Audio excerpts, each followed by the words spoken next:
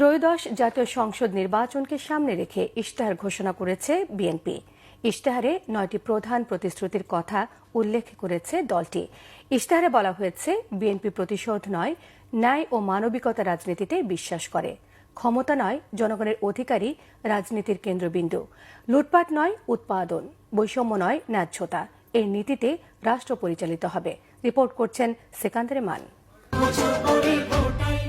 নির্বাচনে জয়ী হলে বিএনপি দেশের জন্য, দেশের মানুষের জন্য কি কি করবে সেগুলো জাতির সামনে তুলে ধরতে দলের চেয়ারম্যান তারেক রহমান হাজির গণমাধ্যম কর্মীদের সামনে। বিদেশি কূটনীতিকরা ছাড়াও বিভিন্ন পেশার প্রতিনিধিরা এই অনুষ্ঠানে যোগ দেন। বাংলাদেশকে বর্তমান এবং ভবিষ্যৎ প্রজন্মের জন্য একটি নিরাপদ রাষ্ট্রে পরিণত করার জন্য বিএনপি কতগুলো সুনির্দিষ্ট পরিকল্পনা গ্রহণ করেছে। মানবিক, অন্তর্ভুক্তিমূলক ও জবাবদিহিমূলক রাষ্ট্র বিনির্মাণের প্রতিশ্রুতিতে 9টি বিষয়ে অগ্রাধিকার দিয়ে এবারে নির্বাচনী ইশতেহার সাজিয়েছে বিএনপি। দলটি বলছে, এই ইশতেহার কেবল নির্বাচনী প্রতিশ্রুতি নয়, এটি একটি নতুন সামাজিক ও রাষ্ট্রীয় চুক্তির ঘোষণা।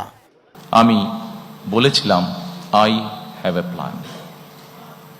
এই পরিকল্পনায় দেশের 4 কোটিরও বেশি তরুণ, দেশের অর্ধেক জনসংখ্যা যারা নারী, কোটি কোটি কৃষক শ্রমিকের জন্য দেশ এবং বিদেশে কর্মসংস্থান একটি স্বনির্ভর বাংলাদেশ গঠন করার জন্যই প্রতিটি সেক্টর ভিত্তিক কর্ম পরিকল্পনা আমরা গ্রহণ করেছি।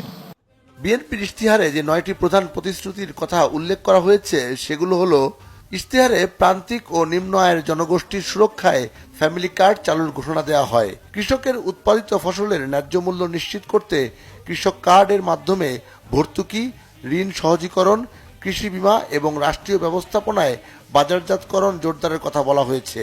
একই সুবিধা পাবেন মৎস্য চাষী, পশুপালনকারী খামারি ও কৃষি খাতের ক্ষুদ্র উদ্যোক্তারা। স্বাস্থ্য খাতে দুর্নীতিমুক্ত মানবিক ব্যবস্থা করতে দেশব্যাপী 1 লাখ স্বাস্থ্যকর্মী নিয়োগ ও জেলা মহানগর পর্যায়ে মানসম্মত চিকিৎসা সেবা এবং মা ও শিশুর পূর্ণাঙ্গ স্বাস্থ্যসেবা সম্প্রসারণের প্রতিশ্রুতি দেয়া হয়। আনন্দময় ও কর্মমুখী শিক্ষা নিশ্চিত করতে বাস্তব দক্ষতা ও মূল্যবোধ ভিত্তিক শিক্ষানীতি প্রণয়ন, প্রাথমিক শিক্ষার অগ্রাধিকার, প্রযুক্তি সহায়তা এবং মিড ডে মিল চালুর ঘোষণা দেওয়া হয়।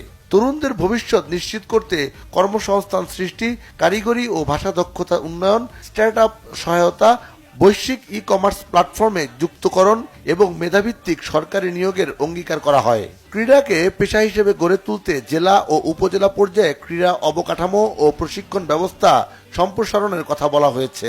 পরিবেশ ও জলবায়ু সহনশীলতা জোরদারে 20,000 কিলোমিটার নদী ও খাল খনন ও পুনর্খনন, 5 বছরে 25 কোটি বৃক্ষরোপণ এবং আধুনিক বর্জ্য ব্যবস্থা চালুর পরিকল্পনা তুলে ধরা হয়। ধর্মীয় ও সামাজিক সম্প্রীতি সুদৃঢ় করতে সব ধর্মের উপাসনালয়ের ধর্মীয় নেতৃবৃন্দের জন্য সম্মানী ও প্রশিক্ষণ ভিত্তিক কল্যাণ ব্যবস্থা চালু করা হবে। ডিজিটাল অর্থনীতির বিকাশে আন্তর্জাতিক পেমেন্ট সিস্টেম পেপ্যাল চালু, ই-কমার্সের আঞ্চলিক হাব স্থাপন এবং মেড ইন বাংলাদেশ পণ্যের রপ্তানি বাড়ানোর অঙ্গীকারও রয়েছে ইশতেহারে।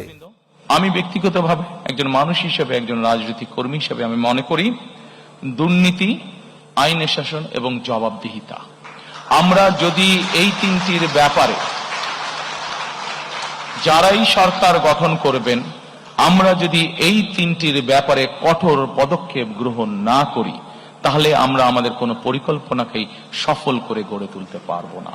এবং আজকে এখানে দাঁড়িয়ে আমার দলের পক্ষ হয়ে আমি আপনাদেরকে এতটুকু বলতে চাই যে আমার দল, বাংলাদেশ জাতীয়তাবাদী দল, আগামী 12 তারিখে নির্বাচনে জয়ী হয়ে ইনশাআল্লাহ সরকার গঠনে সক্ষম হলে আমাদের সর্বোচ্চ অগ্রাধিকার থাকবে এই 3টি বিষয়ের উপর গুরুত্ব আরোপ করা: দুর্নীতি, আইনের শাসন এবং জবাবদিহিতা।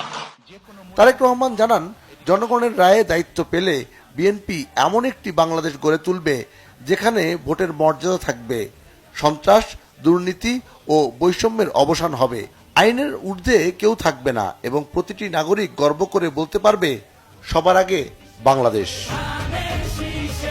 সিকান্দার রেমান, বাংলা ভিশন, ঢাকা।